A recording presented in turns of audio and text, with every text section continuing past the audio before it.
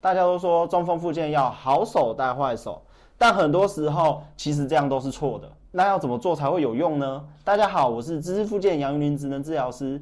在这个频道内，我会分享有关于中风复健还有长照赋能等的相关议题，欢迎有兴趣的朋友可以多加关注哦。今天要分享的是经过大量的研究证实，对于中风复健很有效的训练方式——双侧上肢训练。它的概念其实很简单，就是双手一起做一样的动作，这样会帮助我们两边的大脑同步工作，特别是中风后受伤那边的大脑也会有机会重新启动，重新学会控制身体的能力哦。重点是这种训练方式不需要什么高级器材，也没有什么训练技巧，在家就可以自己做，非常方便。举一个最简单的例子，两只手一起搬起箱子，或者是拿着扫把一起扫地、一起拖地，其实这些都是我们日常生活中很常见的双手任务。这些动作其实都是两只手一起做同样的动作。那在医学上，双侧上肢训练为什么会有效嘞？因为在中风之后，我们的健侧脑就会过度活化，这样你反而会去抑制患侧脑的功能，让它更难以恢复。而双侧上肢训练可以帮助两侧大脑同步，减少压制，增加参与，帮助患侧大脑重新训练。这时候很多人就会说，有啊，我每天都有用好手拉着坏手这样做动作啊，两只手都在做一样的动作啊。但这边要说明一下，这样子好手抓着患侧手拖着做动作，并不是真正的双侧上肢训练，因为这时候你的患侧手只是被拖来拖去，只是在做被动关节运动，根本就没有参与控制，大脑就没有接收刺激，有机会产生变化。这种时候就很需要有一种方法可以帮助两只手一起做一样的动作。最简单的方法就是拿着棍子或者是一条毛巾一起握着做一样的动作，或者说像我设计这个双手合作握把也是一样，它就是让你两只手同时握住，让你的手臂做同样的动作。等一下呢，我就用这个工具来示范一些基本的动作，总共有5个阶段。这个工具设计概念很简单，就是让你同时双手握住。那真的握不住呢，你也可以用弹绷绑住患侧手。重点是我们要两只手的手臂一起做同样的动作，一起出力，一起控制动作。使用双手合作握把来做训练的时候呢，我们手臂的高度是一致的。再来就是双手的手心向内，我们在做与手臂高举过头的动作的时候呢，比较不会造成肩膀夹击引起疼痛。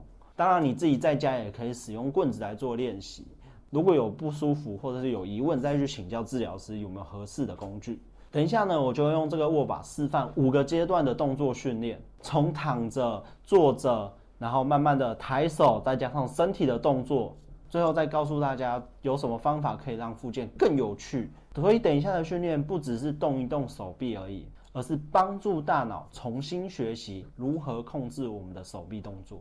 那我们就开始练习吧。好，第一个动作，双手放在肚子上，我们两只手一起出力碰向嘴巴，撑住维持5秒，再放下来。那过程中觉得比较困难的话，我们可以放到胸口，两只手一起出力，举到胸口的高度，或者是你 OK 的高度，撑住5秒，再放下来。接下来进阶版，我们这次要举向天花板哦，两只手一起出力，往上举高，双手打直，撑在天花板，或者是撑在你可以的高度，维持5秒。好，放下来。好，如果撑在天花板是 OK 的话呢，我们可以再往头顶挑战。好，一样，两只手一起出力，双手打直，撑向天花板，举到最高之后，肩膀出力，把手往头顶带。好，看你可以举到多上面。目标是让手臂紧贴耳朵。那过程中肩膀有任何不舒服，都要先停下来，停在你 OK 的角度，在你 OK 的角度内维持5秒，再放回来。另外一种变化，双手举高到天花板，撑住。这一次我们就不收回肚子，我们往嘴巴很像把东西塞到嘴巴，练习吃东西的动作，碰到嘴巴。一样维持5秒，再伸回去，或者是你要直接回到肚子上也可以。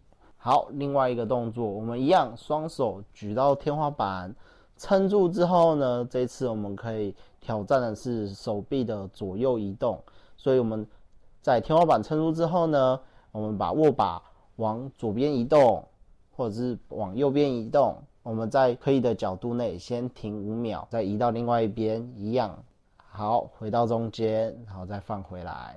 好，最后一个挑战，我们增加手臂的旋转，一样，我们双手举高，手臂打直到天花板。好，撑住5秒之后呢，我们再练习旋转握把，很像开车的动作，我们这个就可以练习到手臂的旋转。好，一样，另外一个方向也是一样。好，转回来，好，放下来。接下来要示范第2阶段坐姿的训练。好，一样，我们双手握着握把放在大腿上，我们双手举高，靠近嘴巴，碰到嘴巴之后维持5秒，放下来。好，如果觉得嘴巴的高度比较困难，我们一样可以放到胸口上来，双手一起出力举高。好，在你可以的高度维持。好，放下来。刚刚我们是双手打直举高，举向天花板。这一次我们来2手一起出力，手臂打直，肩膀抬高，让握把撑在胸口的高度，维持5秒。好，放下来。好，再来我们要挑战高举过头。如果觉得比较困难，可以停在你觉得 OK 的高度。双手举高，往上延伸，举向头顶。过程中肩膀有任何不舒服，都要停下来，停在你觉得好的角度。在最高点维持5秒，好，放下来。好，接下来是第3阶段的动作，手臂先撑住之后呢，我们再做手臂的移动。好，第一个就是类似吃东西的动作，我们双手举高，好，撑在胸口前面，然后往嘴巴靠近，碰到嘴巴后再维持5秒，再伸回去。好，回到原位后，我们一样先维持5秒再休息。好，除了靠近嘴巴，我们也可以左右移动。好，我们举到胸口高度之后，再往左边，好，再往右边，好，再回到中间，稍微停顿一下，再休息。好，除了靠近嘴巴，我们也可以靠近肚子哦。双手举高，撑在胸口的高度。好，往回收，收到肚子前面，再双手打直伸出去。好，回来。好，接下来就是练习开车手臂旋转哦，一样，双手伸直，维持5秒，再练习手臂旋转，旋转这个握把，再回到另外一边，回到中间，稍微停顿，再休息。好，接下来我们可以加上一点斜向动作的变化，比如说从左下角往右上伸直，或者是从右下角往上举高，举向左上角。好，再收回来。第4阶段我们要加上身体的动作了。